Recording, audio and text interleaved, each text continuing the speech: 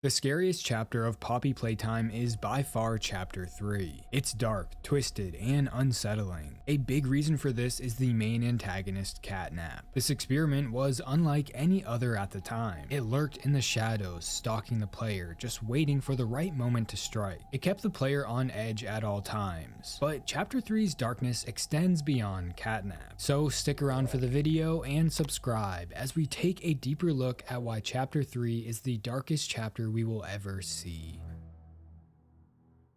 Chapters 1 and 2 took place on the surface level of the factory, meaning they took place inside the once bright and colorful factory. However, for Chapter 3, we went down. Deeper than ever before. It was as if we were descending into the depths of hell, and the red smoke parallels this perfectly. What's so eerie about being underground is just how massive the area is. Miles and miles of open caves. This was the first time we saw anything like this, and it makes you realize if Playtime Co. can hide this massive open space from the public, what else could they be hiding? Which leads to partially why the chapter was so dark. Play care. Of course, we already knew what was going on, but Chapter 3 was the first time we actually got to see where the orphans were kept. To be more specific, Home Sweet Home, and that itself adds an entirely new layer of darkness. Gone are the days of happiness and laughter. Now all that remains are the dark echoes of the children's haunted past. It's an eerie reminder that innocence was taken away from these kids. The rundown halls, the destroyed furniture, and the blood-stained bedsheets. It creates a sense of dread. The entire time you are inside the orphanage, it makes you wonder if any of them died right where you are standing.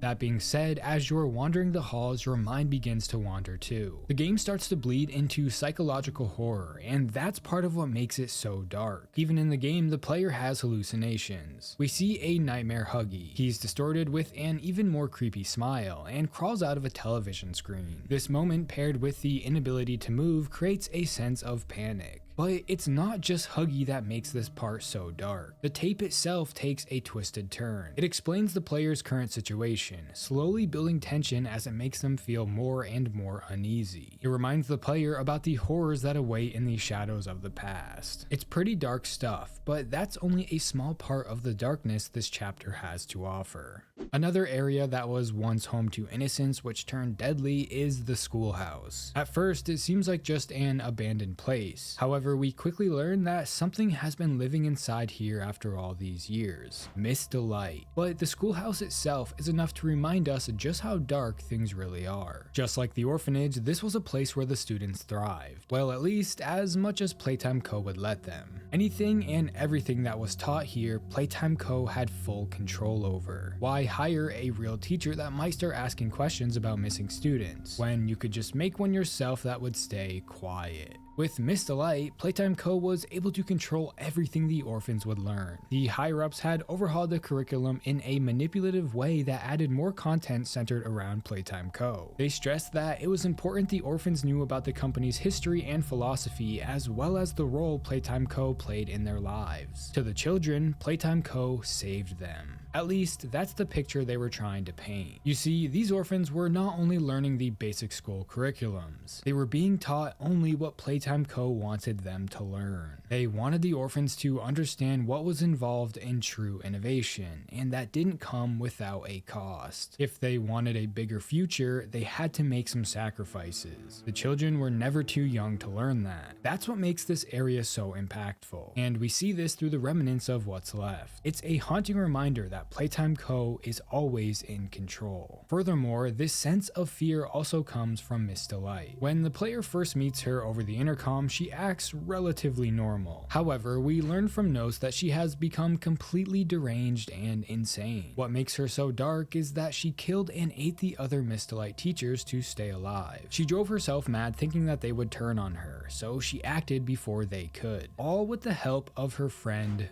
Barb, an inanimate object that she made to kill the others. She would have conversations with it. It would speak to her, proving that she truly lost her mind. Her story is chilling, and after learning about it, it makes her encounter that much more terrifying. Now, the darkest part of the chapter does not come from an area. Rather, it comes in the form of an experiment. the main antagonist, Catnap. The character itself brings a much darker tone than ever before. Catnap would stalk his prey. Every shadow and every flickering light was a hiding spot. He would take away anything you had to defend yourself, and when you were at your most vulnerable, he'd kill you. Catnap lived for the hunt. These are words said directly from Ollie, and we see this firsthand throughout the chapter. Catnap is always lurking around a corner, watching us, just waiting for the right moment. It puts the player in a constant sense of fear. It makes them feel like they're always being watched. That is a huge reason why this chapter is so creepy. Besides chapter 3, anytime you are exploring an area, you don't really have this sense of fear until you see the enemy. But in chapter 3, we are led to believe that Catnap is always watching, which causes this constant sense of fear. Now, Catnap's backstory is dense, but it plays a huge part in his role within chapter 3. It ties into why the chapter feels so dark.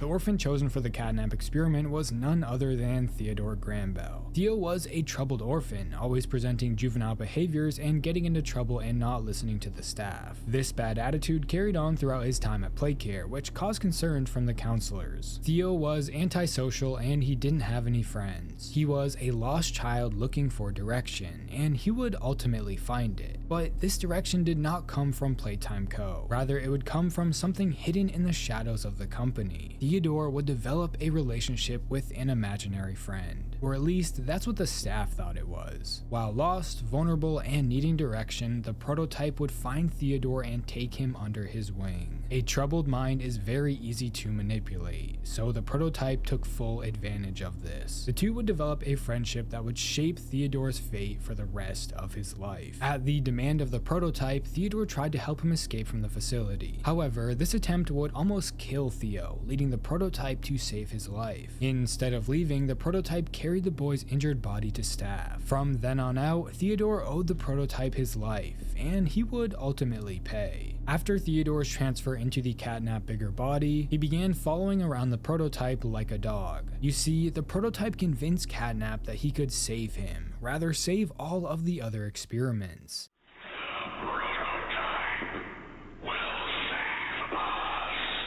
So Catnap began worshipping the prototype as his god. To Catnap, the prototype was the angel of salvation. He would protect them, free them from the pain Playtime Co. inflicts. This is important because we see Catnap act this way in chapter 3. All throughout, we can find scratches on the walls from Catnap saying things like, "Followers of the path, my somniferous flock, breathed us in the Garlands," and of course, the angel of salvation. All religious terms. We can even find a shrine of the prototype that was built by Catnap. He would worship this. Again, the prototype was his god. And that is why this character is so dark. The religious undertones he carries adds a layer of complexity and eeriness to him. It was something we had never seen before within the game, or even expected. And like I said before, Catnap ultimately paid for the life he owed. His god, the prototype, lowered down his hand in an act of desire. So Catnap knew his time was up. He would open his arms and give his life to his god. This death caught everyone off guard, and the religion behind it is what makes it so dark. Catnap could also exhale the red smoke that was used to put the orphans to sleep. This would allow the scientists to conduct experiments on said orphans, meaning Catnap was made to help the scientists, adding another layer of darkness to his character. This chapter also showed us the Hour of Joy, an event that put a stop to the torment Playtime Co. was causing. This event ended up not only killing the guilty, but also the innocent. In the tape, we can even see hundreds of dead bodies that the toys would eat to stay alive. This tape, the locations, the characters, their stories, the religious undertones, and the sheer fear this chapter makes you feel all perfectly proves why chapter 3 is and will always be the scariest chapter of Poppy Playtime. Do you think chapter 3 is the scariest? Chapter 4 was dark, but I don't think it captured true horror like chapter 3 did. So let me know your thoughts in the comments below, and if you like horror game content like this, please consider subscribing. Also, I have a Discord server, so if you want to chat with me, I recommend joining. And if you want to support the channel more, you can become a member. Don't forget to follow my Twitter at TerrifyT. Thanks for watching.